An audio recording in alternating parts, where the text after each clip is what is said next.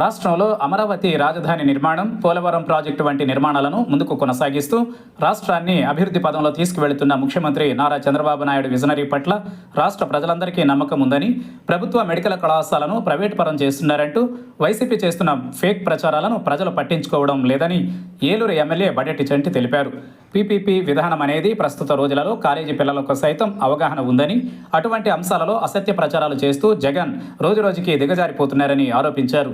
రాష్ట్రంలో 10 మెడికల్ కళాశాలలను పీపీపీ విధానంలో నిర్మాణం చేపట్టడానికి కూటమి ప్రభుత్వం ముందడుగు వేస్తే వాటిపై వైసీపీ అసత్య ప్రచారాలు చేస్తోందన్నారు. తాము నిర్మించేశాం అని వైసీపీ ప్రచారం చేస్తున్న ఏలూరు ప్రభుత్వ మెడికల్ కళాశాల నిర్మాణంలో అరకొర వసతులతో వైసీపీ ప్రభుత్వం నిర్వహిస్తే, కూటమి ప్రభుత్వం వచ్చిన తరువాత మెడికల్ కళాశాల నిర్మాణానికి అన్ని విధాల పూర్తి చర్యలు చేపట్టి మెడికల్ కళాశాల నిర్మాణం పూర్తి చేయడంలో కూటమి ప్రభుత్వం కీలక పాత్ర పోషిస్తుందని ఎమ్మెల్యే బడెట్టి చంటి తెలిపారు. ఏదైతే మరి జగన్మోహన్ రెడ్డి గారు 17 కాలేజీలు శాంక్షన్ అయినాయి, 17 కాలేజీలు మీరు కట్టలేక మరి పీపీపీ విధానంలో ఇస్తున్నారు అని ఏదైతే చెప్తున్నారో, మరి వాళ్ళ గవర్నమెంట్లో ఇప్పుడే 17 కాలేజీలు 14 స్టేట్ గవర్నమెంట్, 3 సెంట్రల్ గవర్నమెంట్ భాగస్వామ్యంతో మరి కట్టడానికి వాళ్ళకి పర్మిషన్లు రావడం జరిగింది. అందులో వాళ్ళు 5 కాలేజీలే, అంటే అవి కూడా పూర్తిగా కంప్లీట్ చేయలేదు. సెంట్రల్ గవర్నమెంట్ సంబంధించి మచిలీపట్నంలో మొదలుపెట్టారు. అలాగే మా ఏలూరుకి సంబంధించి కూడా కాలేజీ ఒక కాంప్లెక్సే కట్టారు. అది కూడా సెప్టెంబర్ 1 నాటికి ఓపెన్ చేయవలసినప్పటికీ కూడా సకల సదుపాయాలు లేవు. ఆ రోజున మేము ప్రతిపక్షంలో ఉన్నప్పుడు దీనికి సదుపాయాలు లేకుండా ఏ విధంగా ఓపెన్ చేస్తారని చెప్పి మేము కూడా ఆ కాలేజీని మరి ఓపెన్ చేసేటప్పుడు మరి అంటే పిల్లలకి ఇబ్బంది జరగకూడదు స్టూడెంట్స్ అన్న ఉద్దేశంతో మరి యాజిటేషన్ చేయలేదు, కానీ అరకొర సేవలతోనే ఆ రోజున ఓపెన్ చేయడం జరిగింది. మేము వచ్చిన తర్వాత మరి ఏదైతే విద్యార్థులకు ఇబ్బంది జరగకూడదన్న ఉద్దేశంతో ఆ బిల్డింగ్కి సంబంధించిన రమారమి 50 కోట్ల రూపాయల దాకా ఏదైతే వాళ్ళు బిల్లు పేమెంట్ చేయలేదో ఆ బిల్లు పేమెంట్ చేస్తేనే కానీ ఆయన కంప్లీట్ చేయడం జరగలేదు. అలాగే నెక్స్ట్ బిల్డింగ్ కట్టాలి అని అంటే వాళ్ళు స్థలం చూపించలేదు. అలాగే హాస్టల్ కట్టాలంటే పీజీ విద్యార్థులకి వాళ్ళకి హాస్టల్ కూడా చూపించట్లేదు.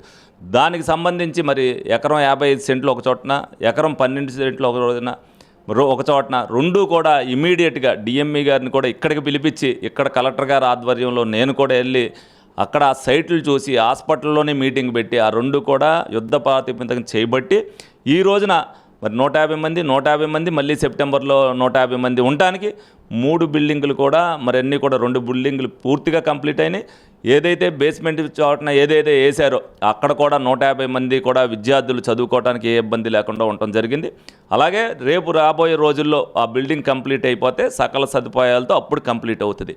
అది కూడా అందులో కంప్లీట్ అయినవి కూడా మేము ప్రభుత్వం వచ్చిన తర్వాత చేస్తే, అలాగే మా దగ్గరే కాదు ఏలూరు మిగతా దగ్గర కూడా పేమెంట్ల విషయంలో అన్ని చోట్ల కూడా ఆగుంటే ఆ పేమెంట్లు ఏదైతే తెలుగుదేశం పార్టీ వచ్చిన తర్వాతే వాళ్ళు ఇవ్వడం కూడా జరిగింది.